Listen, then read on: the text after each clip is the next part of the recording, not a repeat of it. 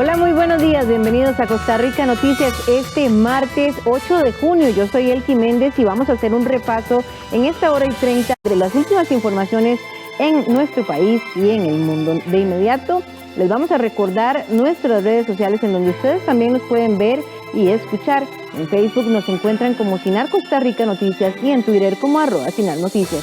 Antes de empezar con el detalle de las informaciones, vamos a ver nuestros titulares.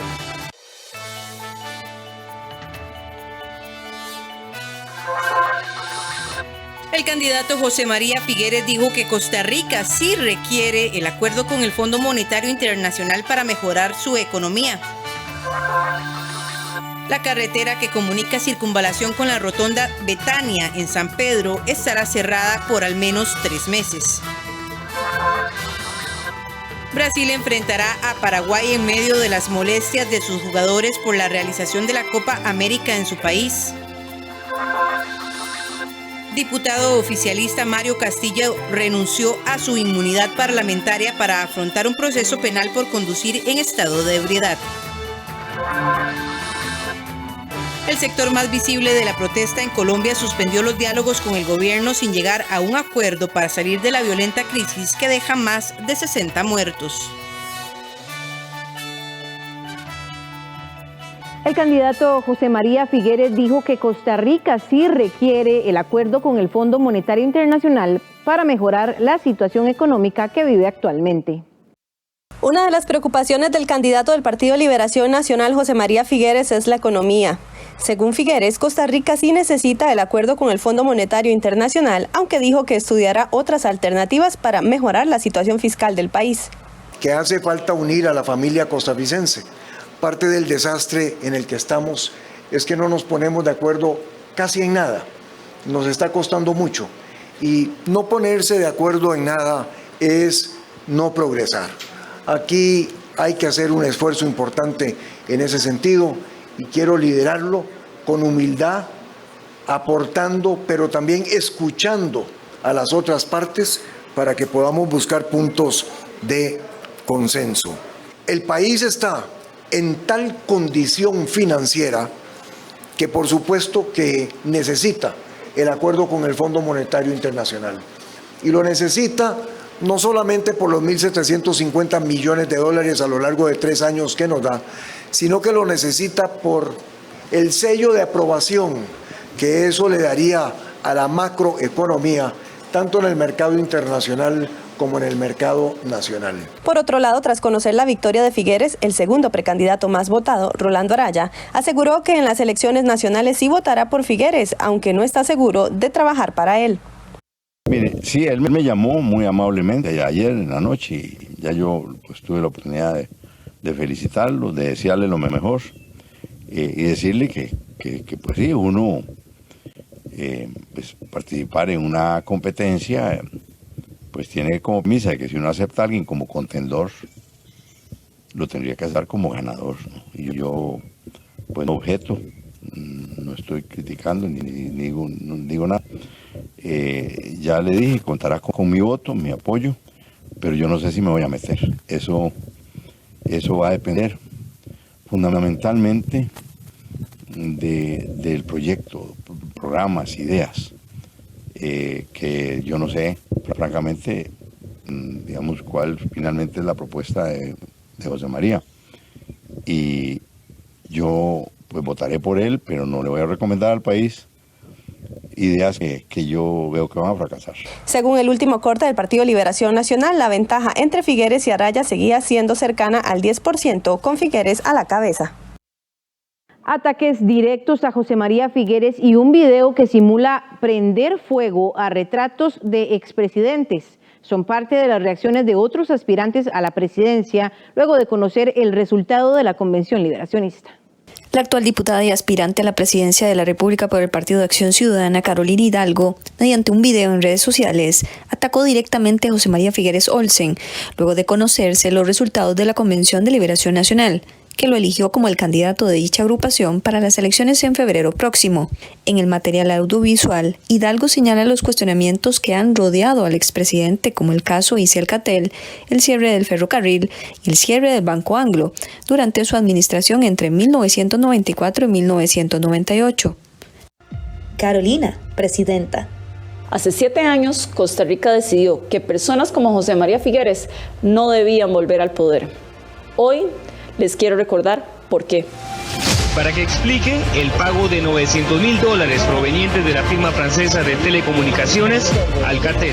Chorriemos una losa de cemento armado sobre la vía del ferrocarril. El cierre del Banco Anglo Costarricense es posiblemente el descalabro financiero más grande ocurrido en la historia del país. Soy Carolina Hidalgo, precandidata presidencial del PAC. Quiero un país libre de corrupción. Quiero un país para todas las personas. Quiero un país que camine hacia el futuro. Porque en Costa Rica nuestro pueblo sabe quién es quién y ya nadie come cuento. Carolina, presidenta. Esto pareciera que en la próxima campaña la discusión va a ser entre unas personas prístinas, sin ningún pasado sobre el que haya duda, y candidatos que tengan ideas fuerza que la gente pueda tener como posibles de realizar para mejorar la situación del país. El empresario Carlos Valenciano, aspirante por el Movimiento Libertario, fue más polémico y difundió un video donde plantea la interrogante sobre qué pasaría si a la presidencia de la República llegara una persona que no sea político o política y simula prender fuego a retratos de expresidentes y expresidenta. ¿Qué pasa si por un momento los costarricenses pensamos en alguien que nunca nos hubiéramos imaginado para presidente? Alguien que no viva de la política ni de los impuestos que pagamos. Alguien que no responda a nada de lo que pensamos que es un presidente, ni a nada de lo que hemos tenido como presidentes. Alguien que gobierne desde otro lugar, con lógicas que no se le ocurren a un político. Estamos a menos de un año de que se vaya Carlos Alvarado y venga otro. ¿Y quién es ese otro?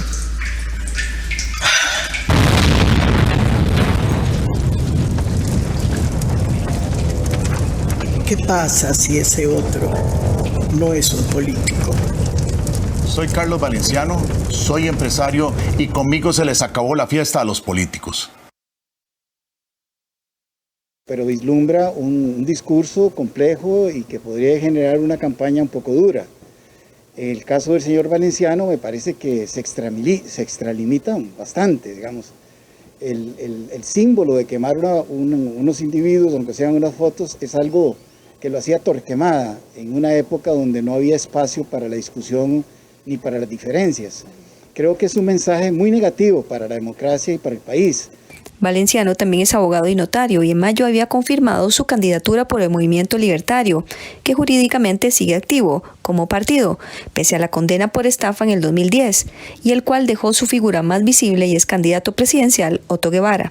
La precandidata Linés Saborido también expresó su criterio sobre la Convención de Liberación, pero sin un ataque directo. La ex vicepresidenta de la República en la administración de Abel Pacheco mencionó: hoy cierra un capítulo de la campaña electoral, pero en 22 días escribiremos una nueva historia y los invito a ser parte de ella. Demostremos en la Convención Unidad que se pueden hacer las cosas bien, vencer el cinismo y construir un país donde todos vivamos mejor. Según el analista, es entendible las reacciones frente al candidato de Liberación, porque es quien parece tener una posición sólida o como el más fuerte, sin que eso signifique que ganará las elecciones y en primera ronda. Y para ampliar esta información, entender un poco también el contexto de lo que ocurrió el pasado domingo y para saber qué es lo que espera el futuro del Partido Liberación Nacional para las elecciones del 2022, está con nosotros Daniel Calvo, con quien vamos a analizar esta mañana un poco este escenario y este contexto que surge de las elecciones internas de Liberación Nacional el pasado domingo. Muy buenos días, don Daniel, bienvenido a Costa Rica Noticias. Muy buenos días, Elki, encantado de estar con ustedes. Surgen muchísimas dudas. Yo en lo personal tuve muchas interpretaciones de lo que ocurrió el pasado domingo con la Convención Interna de Liberación Nacional, que termina ya por elegir como candidato a José María Figueres. Quisiera empezar, Daniel, con algo que me pareció interesante, y fue el segundo lugar de Rolando Araya. Inició como un candidato frío, podríamos decir, con poca popularidad. Me da la impresión a mí, no sé si usted coincide conmigo o no, me gustaría conocer su análisis sobre el voto popular logra ganar en los debates y que me parece a mí que además también no es de tanto de la cúpula liberacionista, sino de los costarricenses que no tienen un partido definido. ¿Cuál es la lectura que usted? Así es, Elki. Uno podría decir que lo más sorpresivo de la jornada del día de ayer es efectivamente el segundo lugar de Rolando Araya. El primer lugar estaba determinado desde hace bastante tiempo, según sondeos de opinión, pero sí como Rolando Araya pues logra desplazar de alguna manera, o desplazar no, porque inclusive ya él tenía pues un segundo lugar en algunos de los sondeos de opinión, pero sí como logra un protagonismo mayor, sobre todo sobre figuras como Carlos Ricardo Benavides o Roberto Thompson, que tienen la vitrina legislativa de todos los días. Realmente es un fenómeno multifactorial, son varios elementos los que explican en alguna medida ese comportamiento. Vamos a enumerar quizá algunos de ellos, probablemente se nos quedarán también algunos por fuera. Uno, ese que han mencionado vos pertinentemente, que al menos en los últimos días y a raíz también del tema de los debates y algunos sondeos de opinión, él logró situarse en el segundo lugar, quizá de una manera más consolidada, y ser visto como quizá el voto útil, es decir, la persona que tenía más chances o posibilidades de poder evitar que José María Figueres pues ganara la candidatura del Partido de Liberación Nacional. Y para eso no solo votaron pues personas dentro de Liberación que no comulgaban con José María Figueres, sino también un porcentaje, no sé qué tan amplio, de personas de otros partidos políticos que también asistieron a votar en este proceso. Otro segundo elemento es que creo que quedó también en evidencia, y ahí tal vez con algunas confusiones, sobre todo de cierta población en ciertos lugares del país, que el apellido Araya es ya una marca registrada dentro del Partido de Liberación Nacional, y la gente a veces uno conversaba con algunos, le costaba pues poder distinguir entre lo que ha sido Johnny Araya, entre lo que ha sido Rolando Araya, pero lo cierto es que ya el apellido Araya tiene un peso por sí mismo dentro de esta agrupación, a raíz de que llevan prácticamente pues 40 o 30 años quizá dentro de la actividad política de esta agrupación. Y otro que es el que también has mencionado en alguna medida, el tema de lo que fue los debates. Yo creo que pudo generar simpatías con muchos partidarios en esa figura, por ejemplo, de abuelito bonachón, de persona simpática, esos chistes que se volvieron virales, y eso yo creo que acercó un poco a cierto sector del Partido de Liberación Nacional y también pues externos, porque recordemos, y aquí esto es un error que generalmente nos sucede mucho, el voto no necesariamente es racional, a veces es un elemento simplemente que nos pudo robar una risa, que generó simpatía con alguno de nosotros y demás. Esas pequeñas cositas pues generan justamente una química que a final de cuentas pues yo creo que también coadyuvó a que Rolando Araya pues se situara en este segundo lugar, que como te decía es probablemente quizá lo más sorpresivo que ha arrojado la jornada del pasado domingo 6 de junio. Bueno, José María Figueres ha estado bastante abierto a sostener reuniones y diálogos con los precandidatos que perdieron el pasado domingo.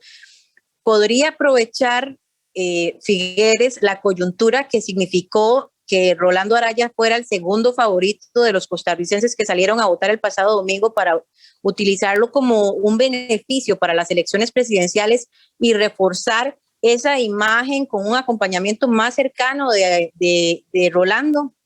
El principal de los retos de Liberación Nacional a partir del lunes 7 de junio, que ya fue el día siguiente a la convención, será unificar a las diferentes tendencias del Partido de Liberación Nacional. Eso creo que es la primera tarea que tiene José María ya como candidato presidencial.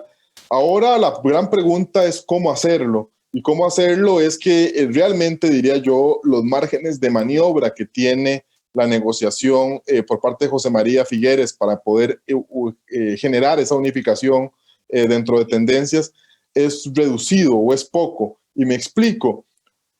Me parece difícil ver, por ejemplo, a Rolando Araya en la fórmula presidencial de José María Figueres. Me parece que representan liberaciones nacionales muy distintos, quizá un poco más a la centro-izquierda, Rolando Araya, quizá con menos respeto hacia el tema ambiental, que por ejemplo es una de las banderas de José María Figueres, así que me parece difícil. Ahora, otro elemento que yo quisiera hacer énfasis en esto es que no sé si las personas que nos escuchan recordarán, hasta hace muy poco tiempo, hasta la campaña anterior, el candidato presidencial del Partido Liberación Nacional disponía de los 4 primeros lugares de la provincia de San José, denominados como diputados nacionales, que era el candidato quien podía decidir, y que eso le daba ese margen de maniobra justamente que podía permitir la unión de la agrupación. O sea, a fin de cuentas, en el proceso anterior no se utilizaron para eso, bueno, son otros 100 pesos, como dice el dicho, pero lo cierto es que era lo que permitía poder generar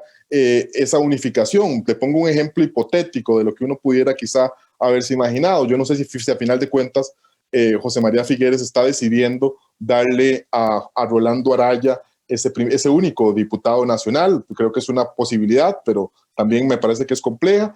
Y también existiendo pues en el pasado otras cargos también de diputados nacionales, pues habría podido también sumar algún representante de la tendencia de Carlos Ricardo Benavides, de Roberto Thompson, para que fuera más fácil aglutinar al Partido de Liberación Nacional, que no solo tiene la tarea que te decía fundamental de poder unir a lo interno de su agrupación las diferentes tendencias, sino es que una vez que logre esa tarea, también intentar ver a qué público no liberacionista pues logra acercar, para así pues poder colarse a una segunda ronda que al menos a mi criterio hoy me parece inevitable.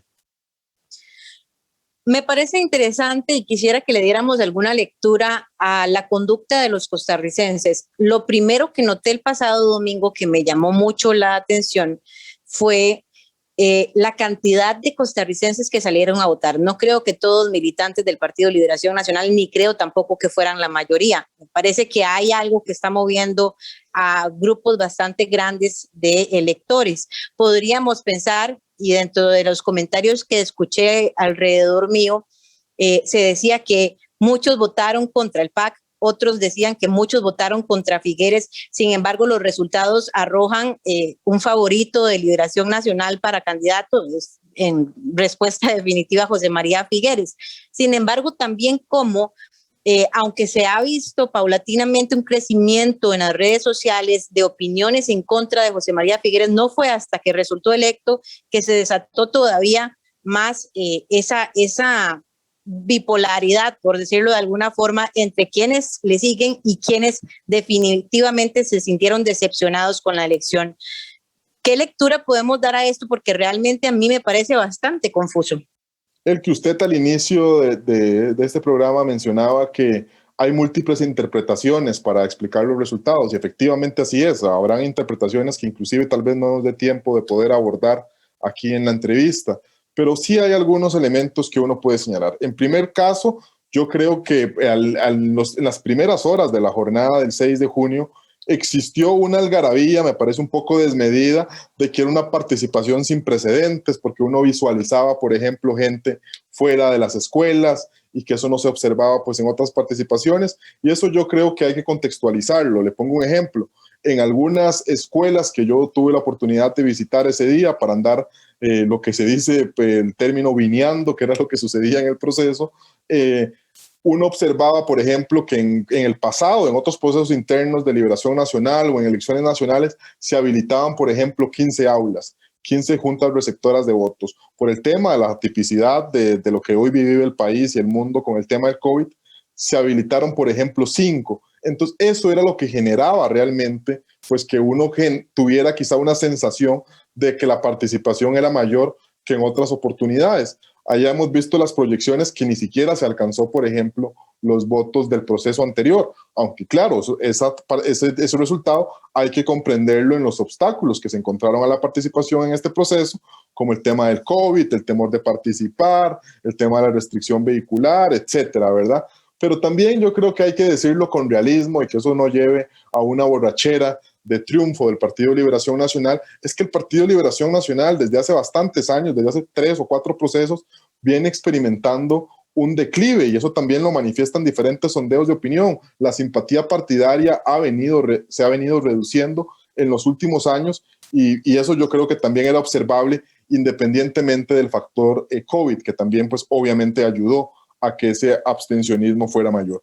Ahora también está ese mito que a veces también yo creo se sobredimensiona de todas las personas que votan dentro de este proceso externas al Partido de Liberación Nacional. Mire, yo sí considero, y creo que uno no puede tapar el sol con un dedo, de que sí efectivamente votan muchas personas de otros partidos políticos. Usted o las personas que hayan participado, que hayan votado, pues me imagino habrán identificado al vecino tal o a la familia tal que tiene tradición de votar con tal partido, o que saben que no es de Liberación, pero que se lo toparon votando.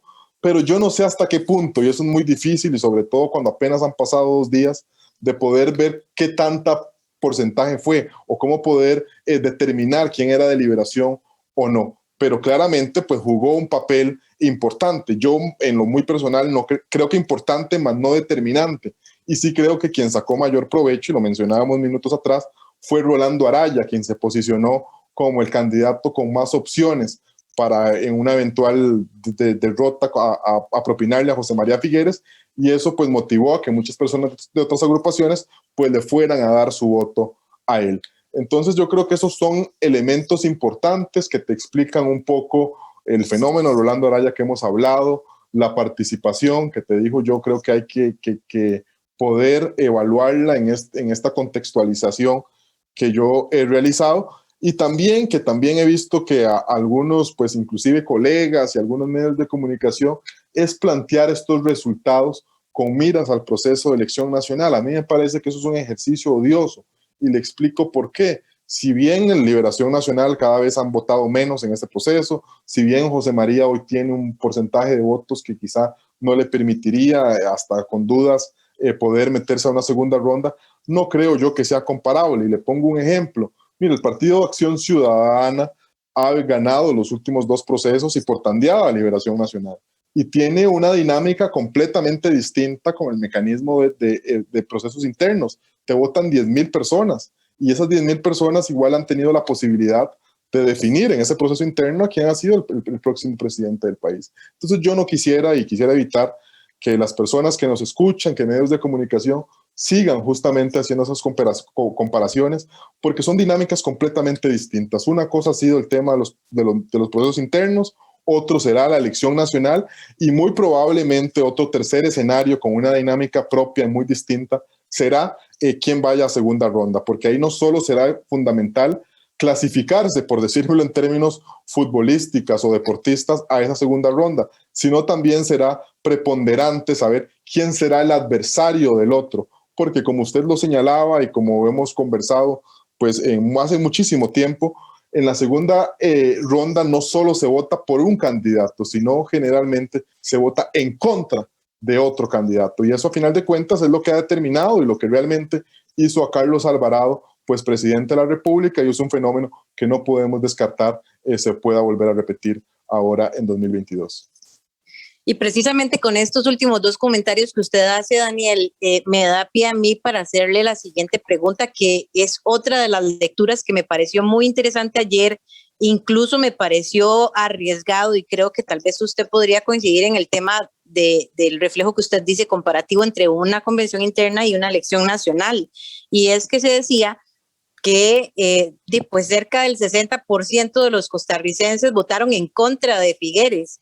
Yo no lo vería precisamente así, porque además muchos de ese 60% que no votó por Figueres votó por su candidato o por su precandidato afín, no pensando en si querían o no a Figueres, primero. Y segundo, la lectura que sigue después de este porcentaje es que con este porcentaje no alcanza la elección nacional, pero es que en la elección nacional se elige otra cosa, no al candidato del Partido de Liberación Nacional. Nuevamente aprovecho para contextualizar.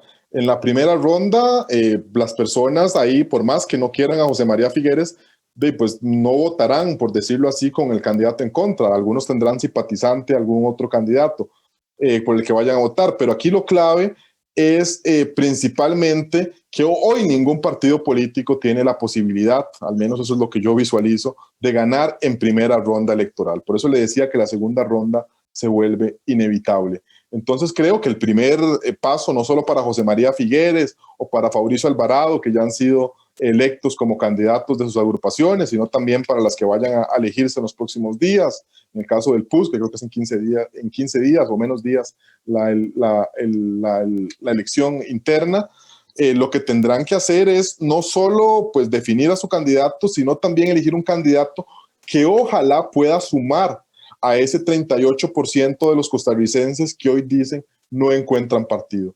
¿Para qué? Para poder colarse a esa segunda ronda, y como le decía, en la segunda ronda ya será otra dinámica, donde ahí sí el voto en contra pudiera jugar un papel más importante, y donde le decía, no solo será clave ahí quién vaya a ganar, o sea, a clasificarse, como le decía en términos futbolísticos, sino también a medir cuál es el rival que más le conviene a un candidato o a otro, porque eso creo que será a fin de cuentas determinante para la elección del próximo presidente de la República prevista para abril, no para febrero, le decía yo, de 2022.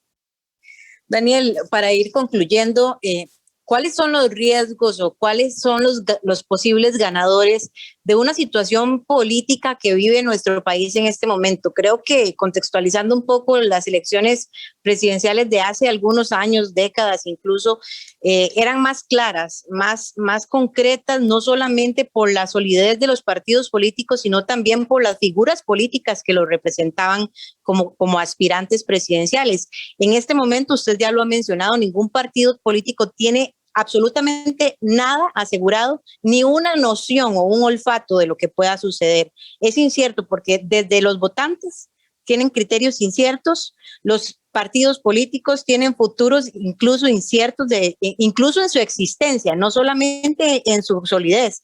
Y además no hay en este momento para ningún partido candidatos realmente fuertes que usted diga, voy a elegir a este y va a ser un candidato realmente fuerte que pueda generar bastante popularidad.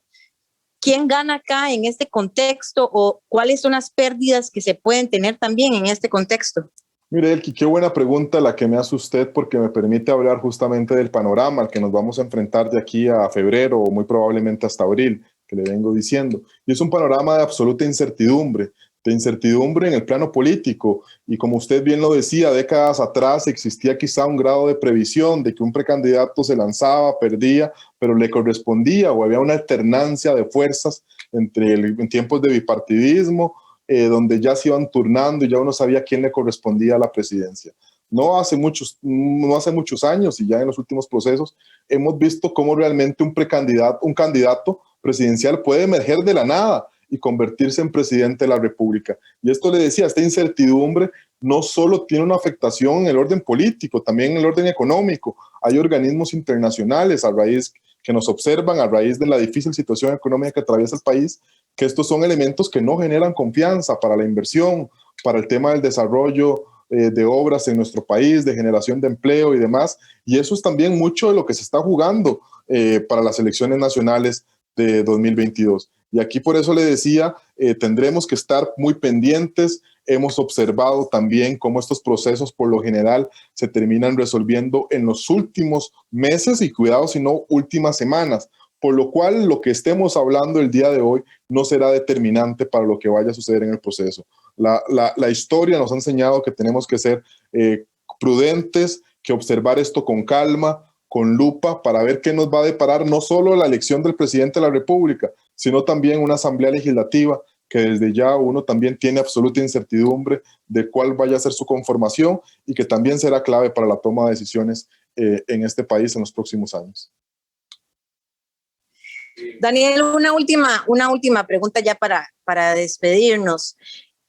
Bueno, creo que parte de lo que podemos agregar a la pregunta anterior es cómo en las elecciones presidenciales se ha ido explorando y experimentando la opinión de los costarricenses y la razón de voto. Ya hablábamos de que lo que ha predominado ha sido votar en contra de, pero muchas veces no ha sido solo de un candidato, sino también de sus ideas. Vemos como en las elecciones presidenciales pasadas se dividió en dos bandos, los que estaban a favor de algunos asuntos de derechos humanos y los que estaban o no en contra, pero no por lo menos a favor.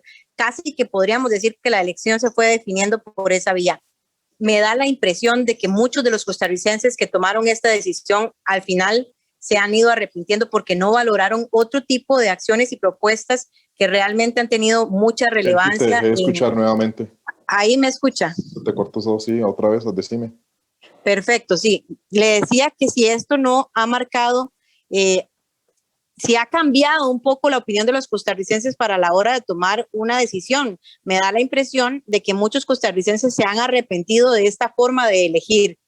¿Podría variar la opinión de los costarricenses o podría esta incertidumbre y esta inestabilidad hacer que los costarricenses estudien mejor y más a fondo las propuestas que los candidatos vayan a presentar? Mire, es prematuro pues poder decir realmente lo que nos va a deparar los próximos meses. Yo sí creo que puede existir un nivel de arrepentimiento de alguna parte del elector, que también pues pudiera ser un factor, ahora que hablábamos, importante de por qué esas personas han asistido a manifestarse en procesos internos de otras agrupaciones, porque quizá el Partido Acción Ciudadana no le dio lo que esperaban o no fue el cambio prometido años atrás, y eso no solo lo estoy diciendo yo, pues es lo que uno visualiza en diferentes sondeos de opinión. Ahora, yo también veo una preocupación mucho de los partidos políticos en trabajar, en determinar quién vaya a ser el candidato, pero yo creo que también hay que trabajar a nivel de estrategia cuál vaya a ser el tablero en el que se vaya a jugar el tema de la contienda. ¿Y qué quiero decir con esto? En que el tablero, lo temático, la agenda, es lo que va a definir a fin de cuentas cuál es el candidato o no que logra colarse a una segunda ronda. Le pongo un ejemplo. En el proceso anterior, la campaña anterior, mientras el gran tema, por ejemplo, de la campaña era la corrupción y en alguna medida el empleo, quienes marcharon a la cabeza fue Juan Diego Castro, que era el paladín de la justicia en aquel momento, y Antonio Álvarez, que había podido pues demostrar estar concentrado en el tema del empleo. Cuando se cambió el tablero, como sucedió a raíz del fallo de la Corte Interamericana de Derechos Humanos, y se puso ya un tablero distinto, esos actores que venían siendo los principales, pues pasaron a un segundo plano y entraron otros actores que se nos colaron, como el caso de los dos candidatos Alvarado. Hoy todavía es prematuro de saber cuáles serán los dos grandes temas de la contienda. Desde el punto de vista racional, yo le diría que será la situación económica, que podría ser el tema del empleo, etcétera, pero también podrán venirse temas polarizantes, temas que quizá no son tan importantes en este momento, que pudieran dar alas a un determinado candidato de alguna agrupación que todavía ni siquiera sabemos cuál es, como en el caso de la Unidad Social Cristiana, del Partido Acción Ciudadana, u otro, o inclusive un fenómeno que al menos no ha sucedido en Costa Rica, pero que me parece no podemos decir que de esta agua no vamos a beber, y es el surgimiento de un outsider completamente. He visto ya, por ejemplo, algunos partidos políticos que intentan definir un candidato bajo esa lógica, vendiéndolo como un personaje que no tiene nada que ver con los políticos, que más bien reniega de ellos, y que eso pues ha generado éxito en otras latitudes, no muy lejanas, aquí en el área centroamericana y tal vez en otras latitudes de Sudamérica, orientado justamente a buscar ahí. Entonces, imagínense que hoy realmente puede surgir un candidato de un partido que ni siquiera hoy pues lo tenemos en el radar y hacerse, ¿por qué no?, con la presidencia de la República. Eso es un fenómeno que ocurre a nivel mundial y de cual Costa Rica tampoco puede decir que se encuentra exento. Perfecto, Daniel. Muchísimas gracias por acompañarnos esta mañana en Costa Rica Noticias. A las órdenes. Muchas gracias nuevamente, Daniel Calvo, por acompañarnos esta mañana en Costa Rica Noticias. Y si usted es una persona que acostumbra transitar por la rotonda Betania en San Pedro de Montes de Osa, la información que tenemos al volver del corte le interesa. Quédese con nosotros, que ya venimos.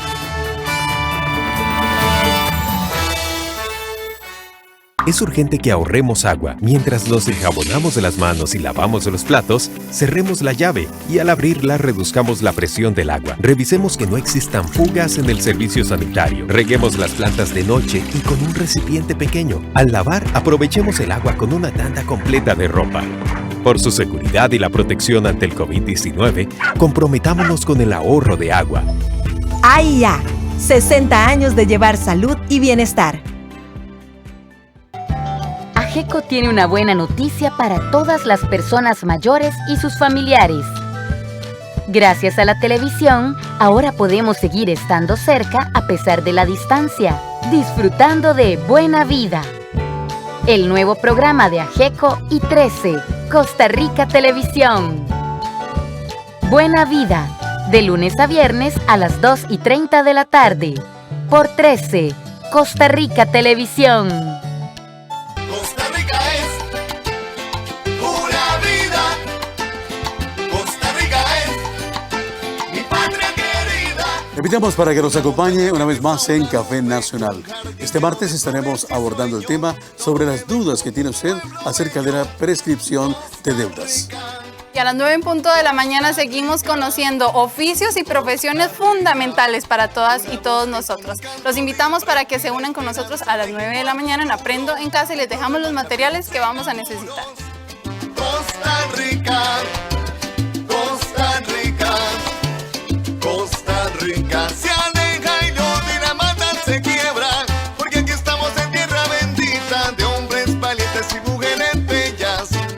Costa Rica se aleja y no de la mata se quiebra. ¿Tenés que pagar un servicio? Hacelo desde donde estés y a cualquier hora, porque los canales digitales de BN son música para tus oídos y tienen todo lo que querés. Desde las apps y banca en línea, podés realizar consultas, pagos, transferencias, afiliación de servicios y mucho más. Usalas en este momento para simplificar tu vida. Banco Nacional. Juntos somos progreso. Tal y como lo anunciamos antes de irnos a la pausa, la carretera que comunica Circunvalación con la Rotonda de Betania en San Pedro estará cerrada por al menos 3 meses debido a trabajos propios del paso a desnivel que se construye en la Rotonda de la Bandera.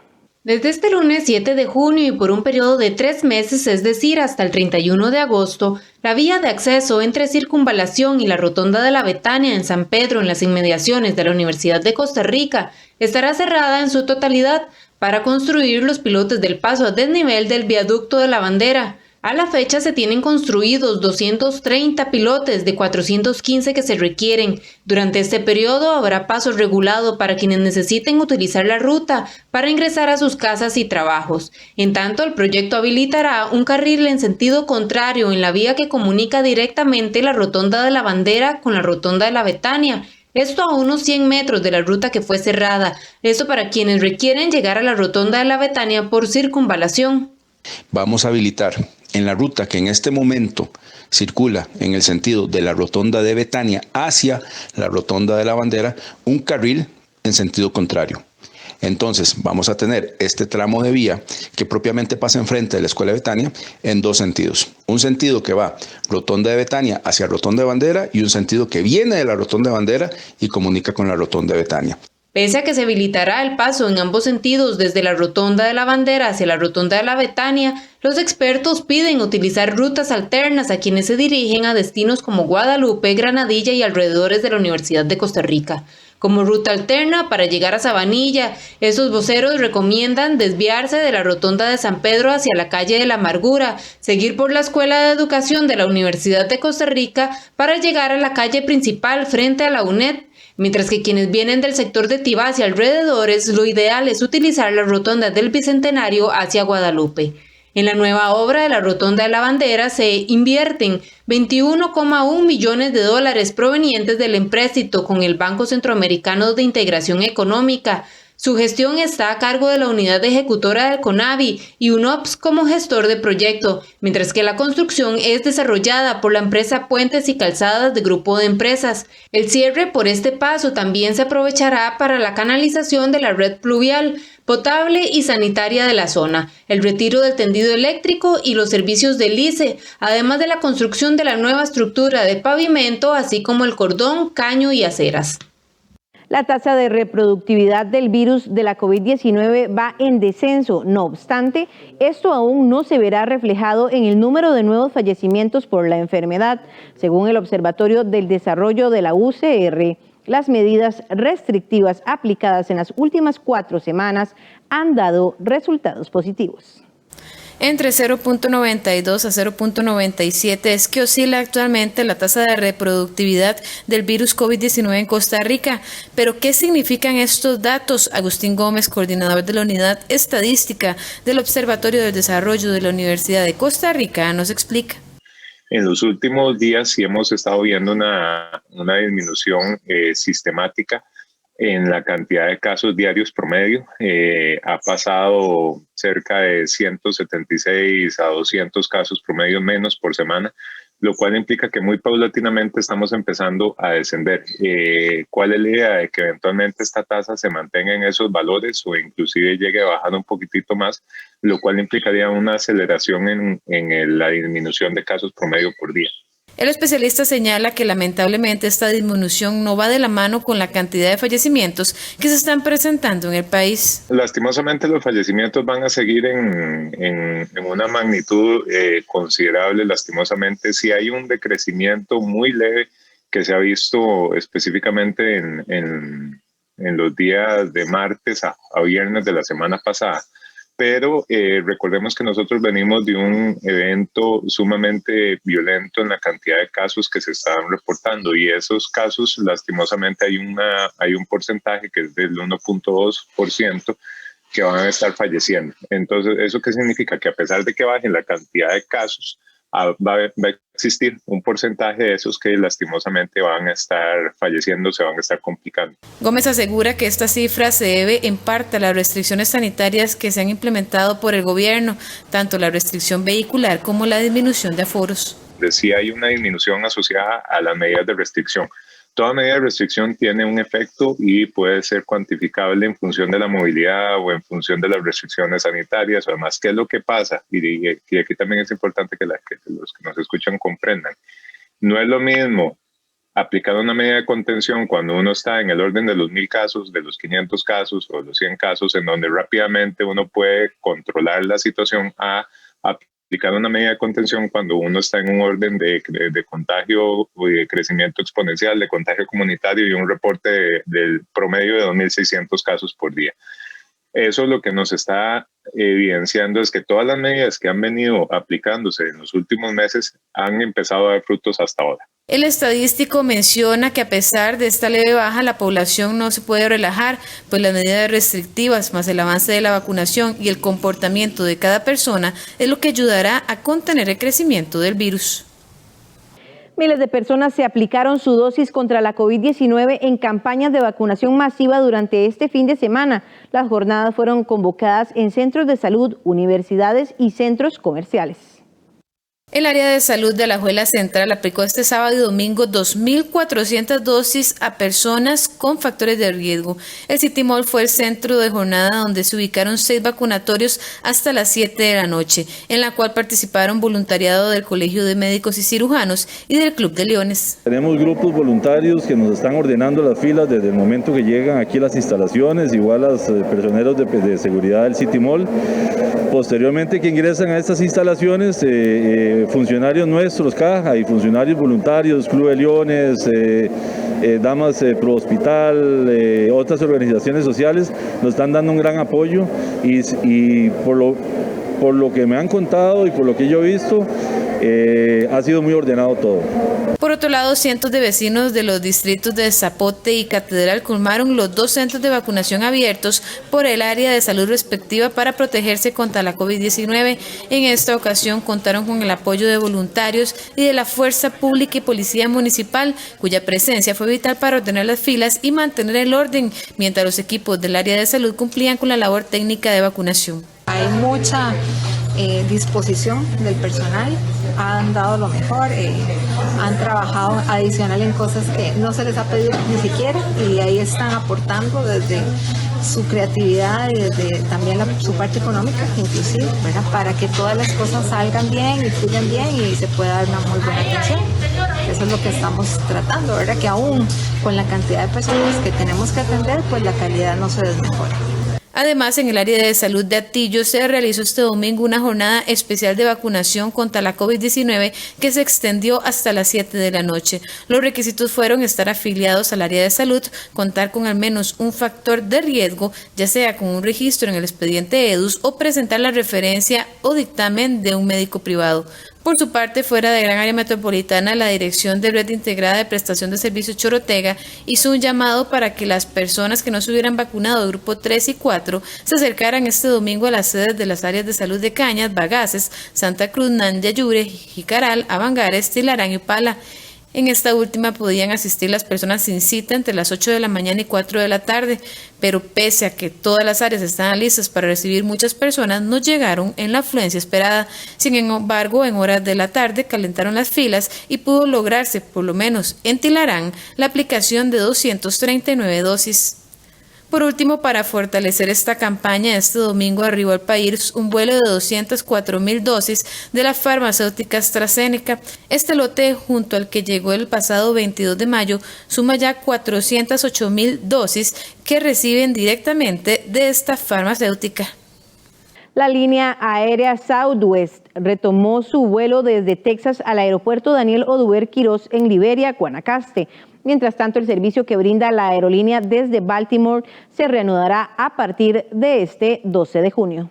Este domingo pasado, unos 145 pasajeros ingresaron al país por el aeropuerto Daniel Oduber de Guanacaste, procedentes de Houston, Texas, informó el Instituto Costarricense de Turismo.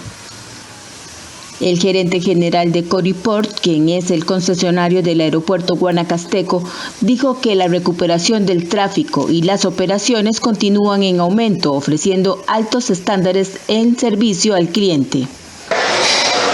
Es una excelente noticia que la línea aérea Southwest venga a partir de hoy diariamente desde Houston y semanalmente desde el próximo sábado proveniente de Baltimore. Con esto tenemos completas las líneas aéreas de Estados Unidos que teníamos antes de la pandemia. Nos llena de alegría confirmar que somos el motor del desarrollo de la provincia y del país en lo que se refiere a transporte aéreo. Entre tanto, el ministro de Turismo dijo que estas iniciativas dan esperanza para reactivar las operaciones de la línea aérea Southwest a nuestras dos principales terminales aéreas, ofreciendo conexiones estratégicas desde Houston y Baltimore. Estas rutas que provienen de Houston, Texas y de Baltimore, Maryland, terminan de completar el regreso de todas las aerolíneas estadounidenses que servían las rutas hacia Costa Rica antes de la pandemia. Y sin duda le terminan de dar este impulso vigoroso que está teniendo la recuperación de la visitación de estadounidenses a Costa Rica, que es nuestro principal mercado de origen de turistas. Los turistas que viajen desde o hacia el aeropuerto de Guanacaste podrán realizarse las pruebas de COVID en sus instalaciones, siendo la primera terminal aeroportuaria en ofrecer este servicio en el país. Esta línea aérea inició en el 2015 sus trayectos internacionales con Costa Rica, eligiendo a Guanacaste como uno de los primeros destinos centroamericanos que voló. Los bancos públicos y privados han otorgado casi 3.000 créditos verdes y han colocado más de 921.000 millones de colones en esta cartera. Así lo dio a conocer la Asociación Bancaria Costarricense en el marco del Día del Ambiente. Con el fin de reducir el impacto sobre el medio ambiente, el sistema bancario ha realizado 2.828 líneas de créditos verdes por un monto superior a los 921.000 millones de colones, según informó la Asociación Bancaria Costarricense ABC. La directora ejecutiva de esta organización aseguró que los bancos implementaron un sistema de análisis de riesgos ambiental para identificar, evaluar y monitorear los riesgos socioambientales de los proyectos. Los bancos han trabajado en 3 vías. 1, creando líneas de crédito especializadas con condiciones más favorables como una forma de incentivar a las personas y a las empresas a reducir su huella ambiental. Actualmente, un 5% de la cartera total de crédito corresponde a créditos verdes. 2, reduciendo sus propias huellas mediante certificaciones de gestión ambiental para gestionar los impactos ambientales generados por los procesos, los productos y los servicios que brindan.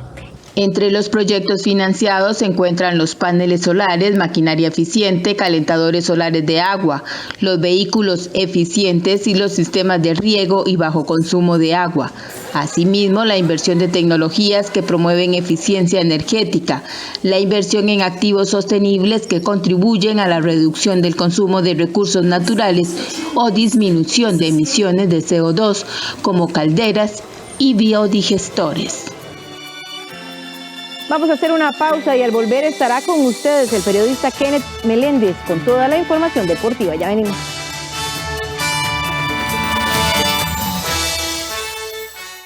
Mi hija disfruta mucho ver tele y le explico la importancia de también descansar y alimentarse bien. Por eso definimos horarios tomando en cuenta lo que ella quiere y llegamos a acuerdos. Eduquemos sin castigo físico ni trato humillante. Formemos con amor y respeto. PAN y Gobierno de la República.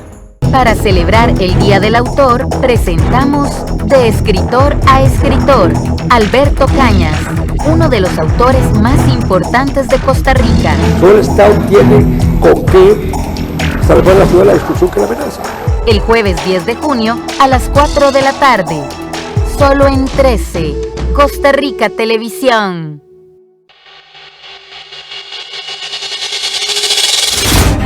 Cubrimos la pandemia junto Les a informó usted. Ana Marta Arce desde Los Chiles, San Carlos.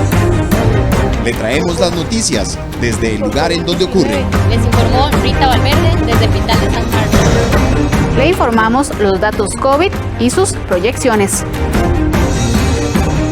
En tiempos del COVID estamos junto a usted. Y después del COVID seguiremos aquí con más información y contexto. Trabajamos para usted. Somos la televisión pública de Costa Rica.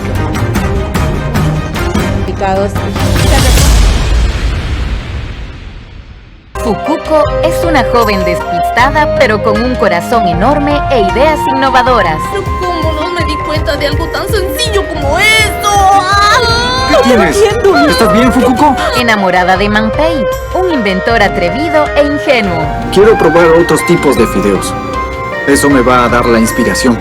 ¡Vengan a probar! ¡Manpuku Ramen para todos! Juntos tendrán grandes aventuras. Realmente hay muchos tipos de fideos en el mundo, ¿no es así?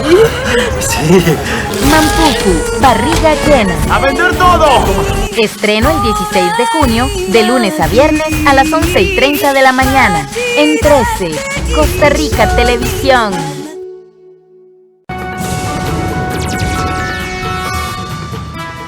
Muy buenos días, esperando que estén muy bien. Iniciamos el repaso de la principal información de los deportes. Ronald González tiene un rendimiento muy inferior al de los técnicos de los principales rivales de Costa Rica en la eliminatoria. Los números del Tico están muy por debajo de las cifras de los entrenadores de México, Estados Unidos, Honduras, Jamaica y Panamá. Y si usted quiere hilar así de delgado, yo le voy a decir entonces de que no estamos en la eliminatoria y que de 2 partidos hicimos 2 puntos en 2 empates. Y Honduras, meritoriamente por penales, ganó hoy y solamente hizo 1 punto en el torneo. Para ponernos a hilar delgado. Al mando de Ronald González, la CL registra una racha de 9 partidos clase A sin victorias, algo que preocupa de cara a la Copa Oro que inicia en julio, pero sobre todo en la antesala de la eliminatoria mundialista que empezará en septiembre. Espero que es preocupante tener tantos partidos sin ganar. Si bien es cierto, yo sí soy consciente de que en lo que he estado en las últimas convocatorias sí ha habido un crecimiento de la selección y eso es lo positivo, pero está claro que el fútbol es de resultados y el no ganar por tantos juegos preocupa, pero sí les puedo asegurar de que se está trabajando, haciendo las cosas de la mejor manera. Ahora, como les digo, hay un último examen antes del inicio de la eliminatoria que es Copa de Oro. Antes de la Copa de Oro, Costa Rica tendrá un amistoso este miércoles ante Estados Unidos, ganador de la Liga de Naciones y quien ya avisó a los rivales del área acerca del poderío de su planilla. Contra 2 pesos pesados de la próxima eliminatoria, pero con nivel distinto en su juego, así terminó la selección su paso por la primera Liga de Naciones de la CONCACAF. Táctica o no, pero el segundo partido ayer contra Honduras no fue igual. Los laterales de Honduras entraban por su casa, el Ellis entraba, nadie lo marcaba, siempre había situación 1 contra 1, así que me llevan dudas. Por su parte, Luis Fernando Fallas cree que aunque la selección no está en su momento más claro, también se deberá entender que así será la eliminatoria. Costa Rica mostró una buena cara contra México y contra Honduras también. Lo que pasa es que en el segundo tiempo, pues, Honduras ahí tiene sus virtudes también. Por ahí nosotros pecamos en algunas cosas en cuanto a digamos que a los cambios, pero en términos generales me parece que que ese es el reflejo. Si usted se pone a ver, Costa Rica empata con Honduras, Costa Rica empata con México, Estados Unidos le gana a Honduras por la mínima casi en el minuto 90, ayer empata 2-2 con México. Entonces yo creo que esa es la eliminatoria, así va a ser la eliminatoria, es una eliminatoria muy, muy cerrada. Me parece que estaban los 4 mejores equipos del área de CONCACAF, y si usted se pone a ver, pues las diferencias no fueron abismales entre uno y otro. Costa Rica jugará ante Estados Unidos un amistoso el miércoles, luego vendrá la Copa de Oro y las 3 primeras jornadas de la eliminatoria en septiembre. Brasil enfrentará a Paraguay en medio de las protestas de sus jugadores por la realización de la Copa América en su país. Otros 4 juegos forman parte de la 8ª jornada de la eliminatoria sudamericana que se disputará este martes. La preparación de Brasil para el choque contra Paraguay ha sido desafiante por las tensiones extrafutbolísticas en la verde y amarela, relacionadas con las molestias de los jugadores con la Copa América 2021 y la salida del jefe del balompié brasileño, dijo el técnico Tite este lunes. Líder solitario del premundial sudamericano, con puntaje perfecto de 15 puntos en 5 partidos, la canariña ha vivido momentos tensos fuera de la cancha durante la última semana.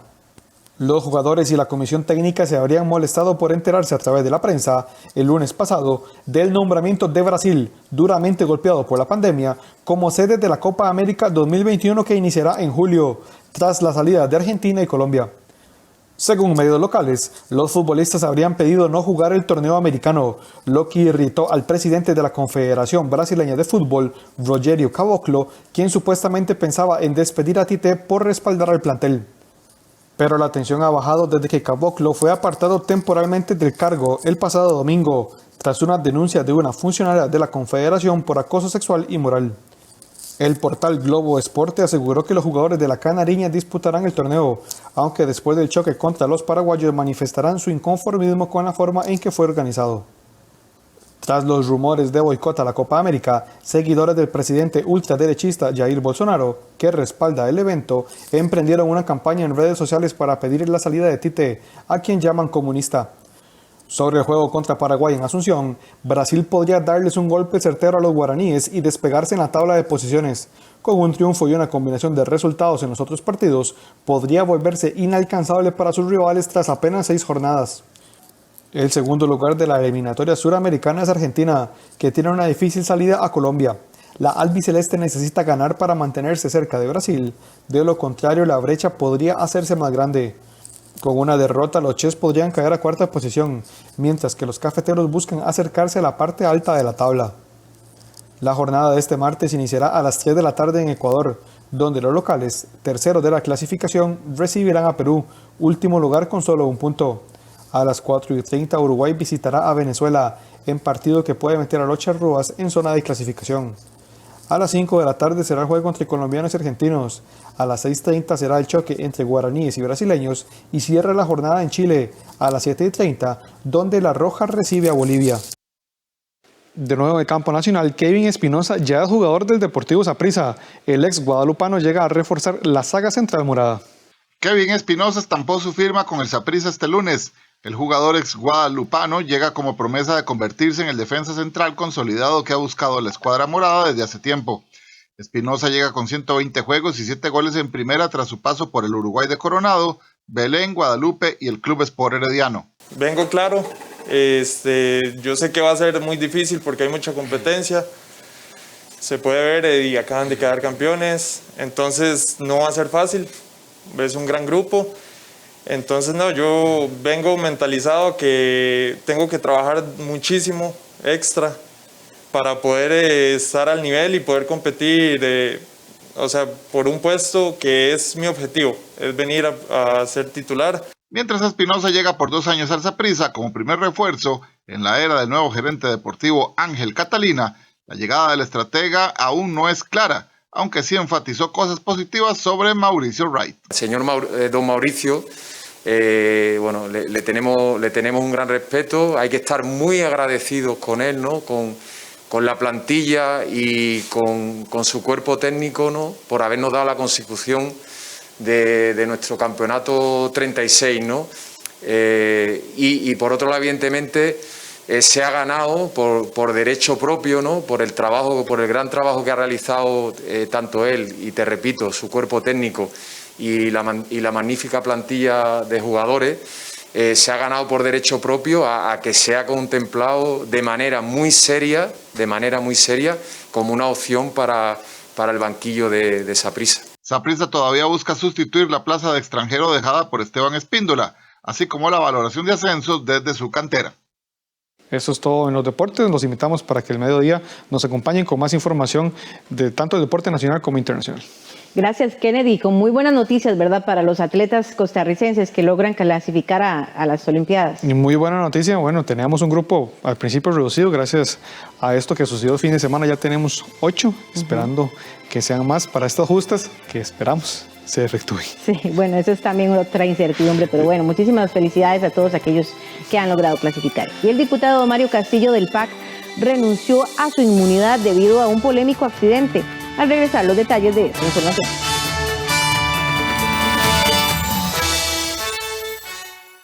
En nuestra serie ¿Por qué la esclavitud?, presentamos Encarcelados en Estados Unidos.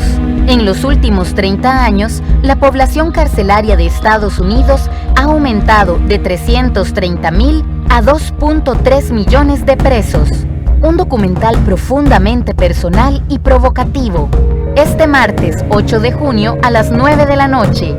En 13, Costa Rica Televisión. Para celebrar la Semana de la Salud Mental, presentamos en nuestro espacio Documentales UNED, Hospital Carlos Sáenz Herrera, Centro de Apoyo Hospitalario, el miércoles 9 de junio a las 9:30 de la noche y el sábado 12 de junio a las 4:30 de la tarde. En 13, Costa Rica Televisión.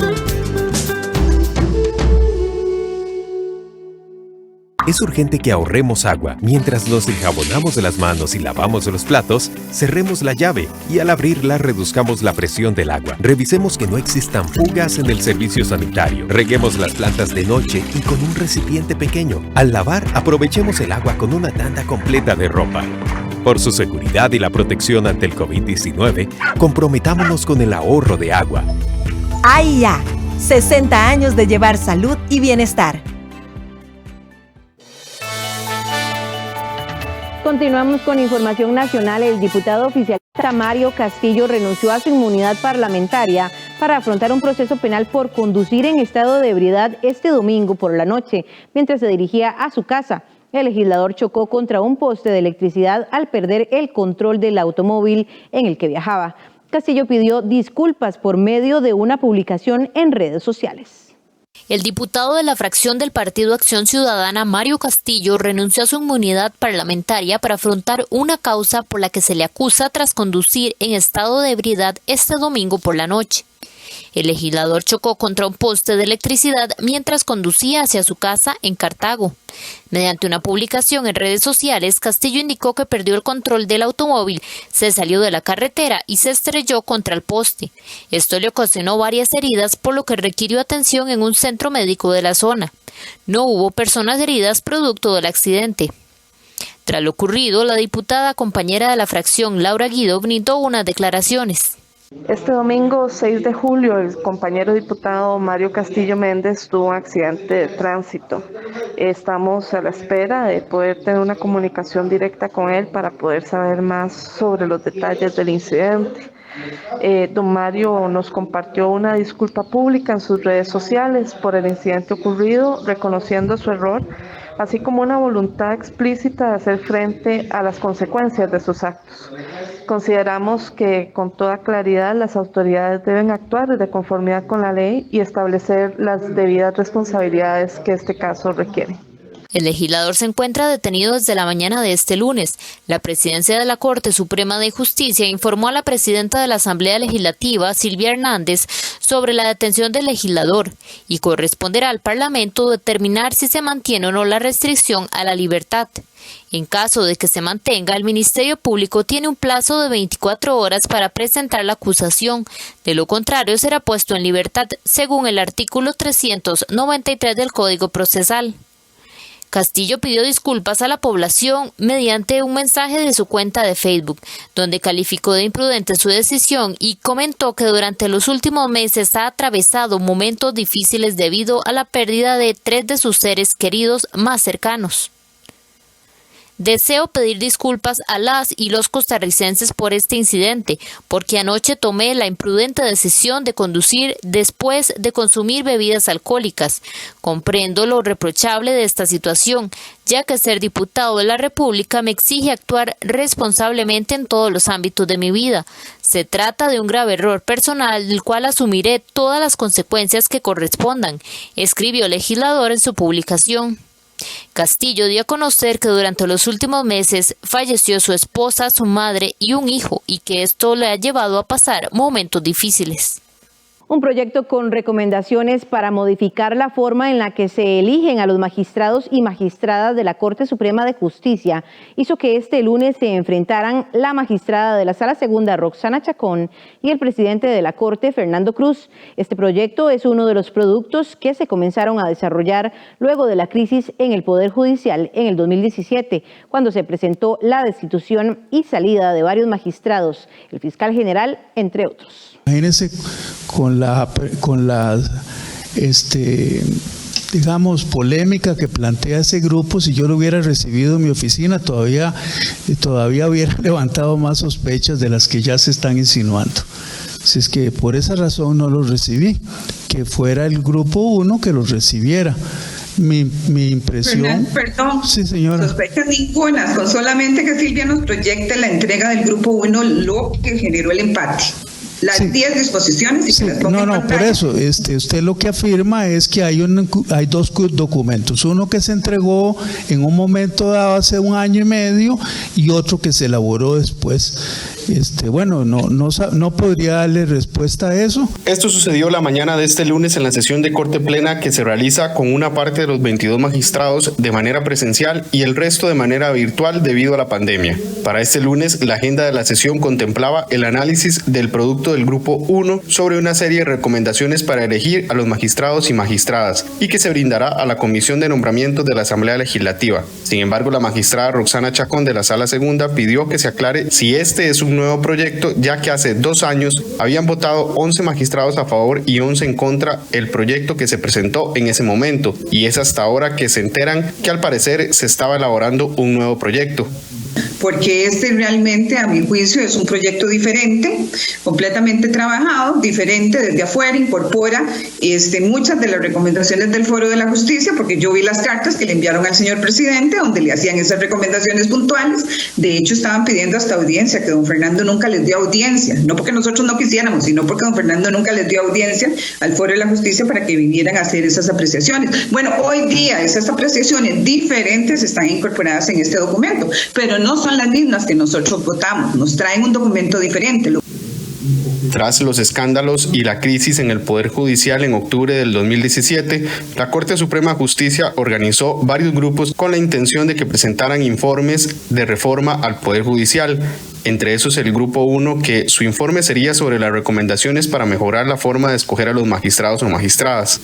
Efectivamente, en aquel momento la idea es tratar de hacer recomendaciones para que se logre mejorar la forma en que se escoge al magistrado o magistrada.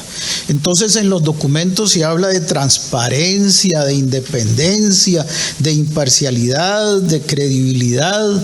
También se plantea la posibilidad de que haya reformas a la Constitución política, que haya reformas a la Ley Orgánica del Poder Judicial, que se establezcan procedimientos objetivos.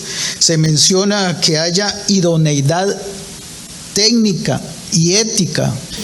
La magistrada Roxana Chacón pidió la intervención de auditoría para que analice las 2 propuestas y defina si se trata de un nuevo proyecto. Hoy se celebra el Día Mundial de los Océanos y en Costa Rica Noticias, por supuesto que queremos ser parte de esta celebración. Por eso le damos la bienvenida a Iria Chacón, bióloga de FAICO, quien tiene detalles importantísimos sobre este día y por supuesto también de la conservación y el mantenimiento adecuado que se le debe dar a los océanos en todo el mundo y principalmente los que rodean nuestro país. Muy buenos días, doña Iria, bienvenida a Costa Rica Noticias. Buenos días. Mucho gusto y muchas gracias por el espacio para hablar un momento. Doña Iria, este martes es el Día de los Océanos. ¿Cómo podemos interpretar los costarricenses la importancia que tienen los océanos, pues, que nos rodea a nuestro país, la conservación que debemos tener y cómo ha sido el cambio de conducta, no solamente de los océanos en sí, sino de sus especies en un contexto como en el que estamos viviendo en la pandemia? ¿Cómo ha afectado, si ha sido positivo o negativo? ¿Cómo podríamos celebrar hoy este escenario? Bueno, la pregunta es bastante amplia y hay muchos componentes. El primero es totalmente esencial comprender que Costa Rica es un país que mayoritariamente es océano, ¿verdad? Digamos, en nuestra parte oceánica es 10 veces más grande que nuestra parte terrestre. Sin embargo, el país siempre ha estado muy enfocado en los temas de conservación terrestres y eso pues nos ha alejado un poco de hacer gestiones de conservación que tengan que ver más con los océanos. Y pues obviamente esto nos cobra factura. Actualmente en Costa Rica solo un 2.7% aproximadamente de la zona económica exclusiva pertenece a una categoría de manejo o un área protegida, lo cual es muy diferente en la parte terrestre, que ya más o menos el 25% del territorio nacional pertenece a alguna categoría de manejo. Entonces, obviamente eso nos pone en un rezago y como están las cosas actualmente, la meta para el 2030 es proteger al menos el 30% de los océanos. Entonces, como país tenemos una deuda. Sin embargo, esperamos, ¿verdad?, que en los próximos años esa deuda se pueda saldar y este es un día muy importante para acordarnos de eso y para acordarnos cómo los costarricenses podemos contribuir también en esas metas. La pandemia, por un lado, nos ha puesto, ¿verdad?, como sociedad a replantearnos muchas cosas de cómo estamos haciendo en temas económicos y sociales. Ha pegado muy fuerte en lo que es el trabajo y pues algunas veces estos temas nos ponen de mirada hacia otros factores importantes como la economía y olvidamos un poco la parte de la protección y la conservación. Sin embargo, es importante ¿verdad?, hacer esa conciencia de que todo está interconectado, ¿verdad? Si queremos tener una economía fuerte y sólida, pues también tenemos que tener un manejo sostenible de los recursos para que estos estén ahí para nosotros y para las futuras generaciones. Bueno, la pandemia también ha traído consigo muchísimo consumo de lo que son mascarillas y guantes quirúrgicos y pues ya sabemos que la mayoría de esos productos plásticos van a dar a los océanos, entonces y eso va a tener un impacto que si bien aún no se conoce totalmente cuál va a ser, pues se espera que sea un impacto que pues sature mucho más los océanos de plásticos y eso puede tener consecuencias a largo plazo. Hablemos un poco de las especies en sí. A mí me ha generado muchísima curiosidad durante la pandemia cómo han podido disfrutar, por decir de alguna manera, un poco más de su hábitat, del ecosistema, las especies naturales que abundan en las tierras y bueno, pues en los océanos también. Me gustaría profundizar mucho en eso como para poder visualizar todavía mejor cuál es la conducta que tienen las especies marítimas en un contexto en el que en este momento pues ya no se trata de días ni de meses, se trata de más de un año y que seguirá en progreso. Han podido conservarse mejor, han podido desenvolverse mejor en su hábitat. ¿Han ustedes podido acercarse para evaluar un poco cuál ha sido la conducta? Bueno, con respecto a las especies marinas es bastante diferente lo que sucede con las especies terrestres, ¿verdad? Porque normalmente las presiones son muy diferentes. La mayoría de especies marinas lo que más sufren las consecuencias, digamos, las poblaciones son por la pesca y la sobrepesca. Entonces, ese tipo de actividades, ¿verdad?, no han cesado. Entonces, no es como en la parte terrestre que uno ve como estas noticias de que hay más vida terrestre, ¿verdad? Que uno puede ver mamíferos, etcétera, otras especies que en muchos lugares no se veían hace tiempo y ahora sí se ven. Con la vida marina eso es totalmente diferente, ¿verdad? Porque no tenemos esas mismas presiones. Sin embargo, aunque no podamos ver esos efectos, ¿verdad?, de la pandemia como tal en las especies, pues sí podemos pensar que las especies marinas siguen igualmente amenazadas porque sus presiones no han cesado. Digamos, la pandemia no ha puesto en cese la pesca ni la sobrepesca que ocurre en nuestros océanos. Entonces, en ese sentido, pues tenemos también que pensar que las especies marinas, muchísimas de las cuales son víctimas de la pesca y la sobrepesca, son especies que andan digamos, tienen un rango de distribución muy amplio. Entonces, no solo andan en la zona económica de Costa Rica, sino también salen a aguas que se salen de la jurisdicción de Costa Rica, ¿verdad? Entran a las aguas de jurisdicción de otros países, perdón, como por ejemplo de Colombia, de Nicaragua, de Panamá. Entonces esas especies no es solo nuestra responsabilidad, ¿verdad?, protegerlas, sino que tenemos que tener realmente planes en conjunto con los demás países centroamericanos, los demás países americanos, para que podamos conservarlas adecuadamente. Doña Iria, hablemos un poco de las especies endémicas y cómo Costa Rica también ha destacado en ello. Bueno, eso es un tema muy bonito. Costa Rica tiene la isla del Coco, que la isla del Coco le proporciona muchísimas especies endémicas. Más o menos el 50% de las especies endémicas marinas de Costa Rica están en la isla del Coco. Entonces es un ambiente único, ¿verdad?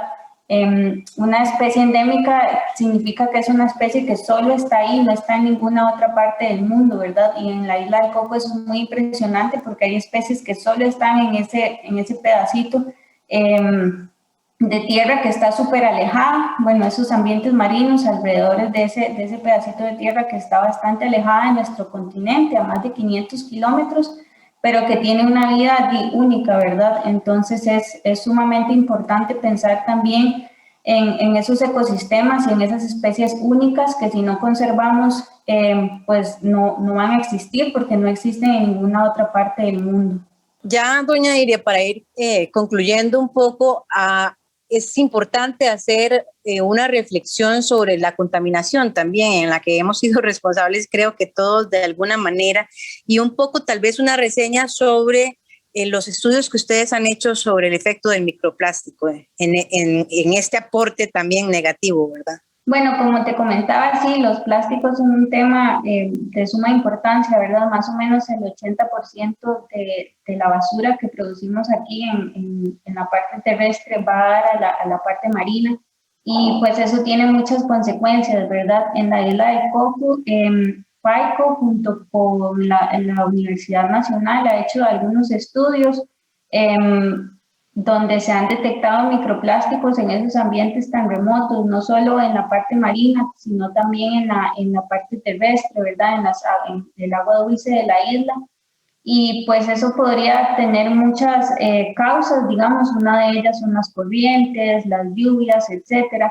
Pero es importante como que hagamos ese análisis, ¿verdad? De lo que hacemos aquí también tiene repercusiones sobre otros ambientes que aunque están súper conservados y son pristinos, pues tienen también esos efectos negativos a causa de las cosas que hacemos nosotros aquí en continente. Entonces es importante visualizar eso.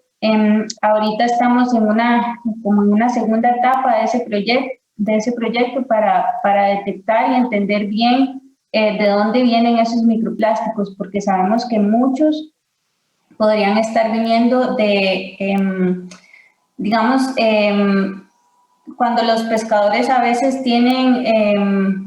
usan, ¿verdad?, algunos de sus herramientas para pescar, por el mal clima o por ciertos factores, a veces se les pierden en alta mar. Entonces en la isla pues se han encontrado muchísimos de esos desechos. Ese podría ser uno de los causantes de que en esos ambientes haya microplásticos, pero también podrían haber otros, y ahora en esta segunda etapa del proyecto se está haciendo ese análisis para entender bien de dónde vienen esos micropartículas. Perfecto, muchísimas gracias doña Iria Chacón, quien es bióloga, por acompañarnos esta mañana en Costa Rica Noticias. Muchísimas gracias a usted. Gracias nuevamente a doña Iria por acompañarnos esta mañana. Y los diálogos en Colombia no alcanzan la paz, por el contrario siguen promoviendo la violencia en las calles. Al volver de la pausa, las noticias internacionales. Yo apoyo a mi nieto Felipe cuando hace tareas de la escuela. Juntos hacemos un horario antes e incluimos tiempo para descansar y jugar. Nos gusta conversar y llegar a acuerdos. Eduquemos sin castigo físico ni trato humillante. Formemos con amor y respeto. PANI y Gobierno de la República. Fukuko es una joven despistada, pero con un corazón enorme e ideas innovadoras. Pero ¿cómo no me di cuenta de algo tan sencillo como esto? ¿Qué tienes? ¿Estás bien, Fukuko? Enamorada de Manpei, un inventor atrevido e ingenuo. Quiero probar otros tipos de fideos. Eso me va a dar la inspiración. ¡Vengan! ¡A probar! ¡Manpoku Ramen para todos! Juntos tendrán grandes aventuras. Realmente hay muchos tipos de fideos en el mundo, ¿no es así? Sí. Manpoku, barriga llena. ¡A vender todo! Estreno el 16 de junio, de lunes a viernes a las 11:30 de la mañana. En 13, Costa Rica Televisión.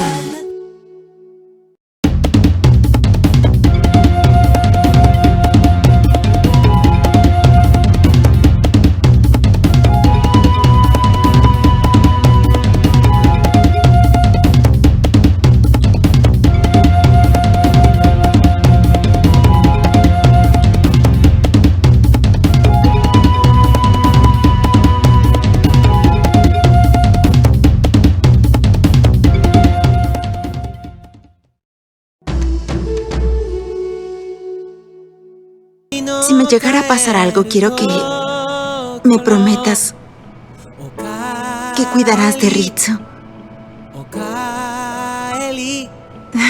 Una comida para el corazón. Una historia familiar que nos conmoverá. De lunes a viernes a las 11:30 de la mañana. Solo en 13, Costa Rica Televisión. Costa Rica es pura vida. Costa Rica es mi patria querida.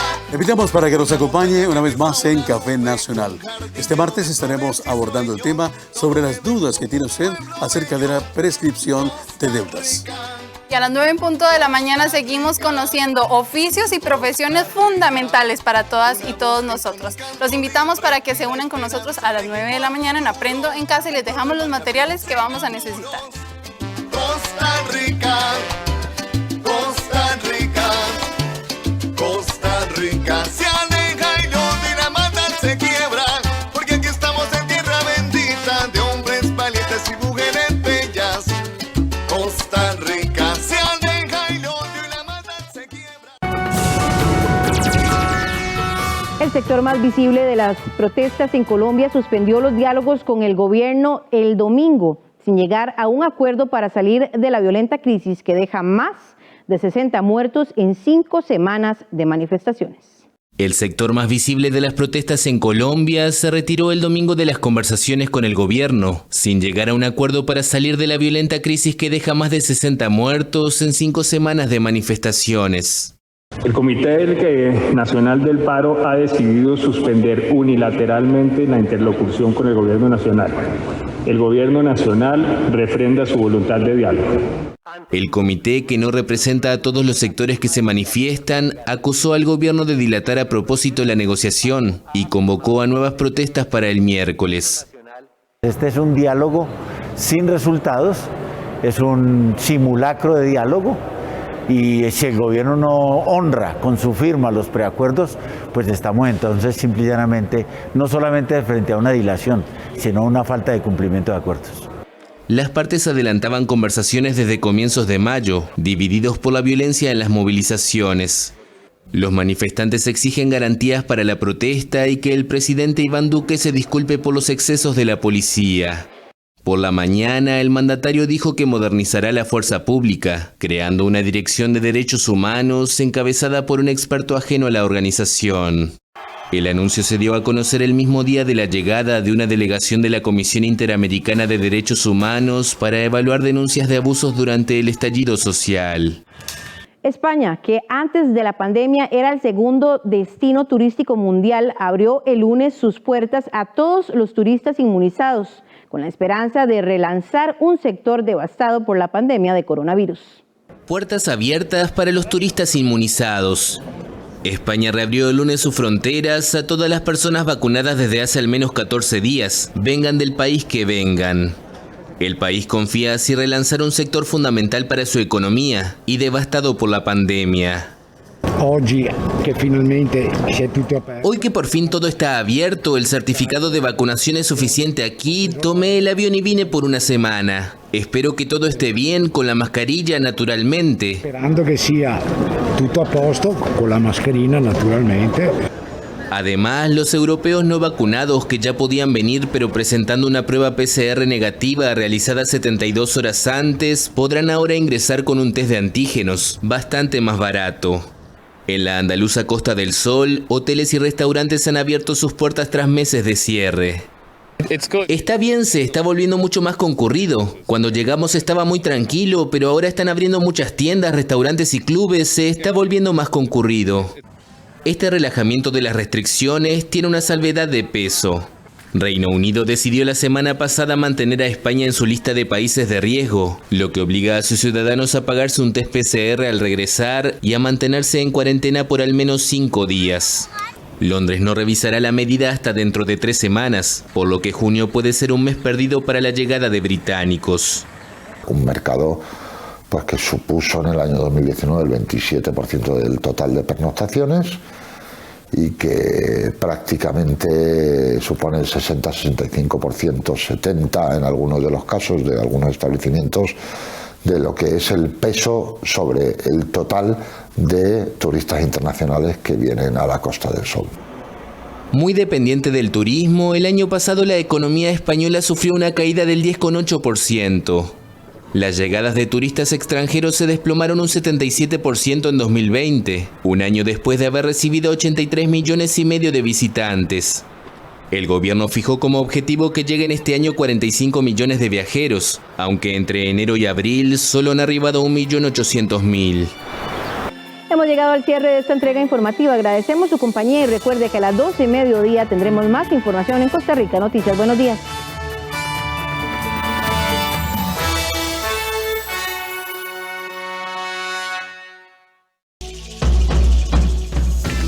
A continuación, Café Nacional.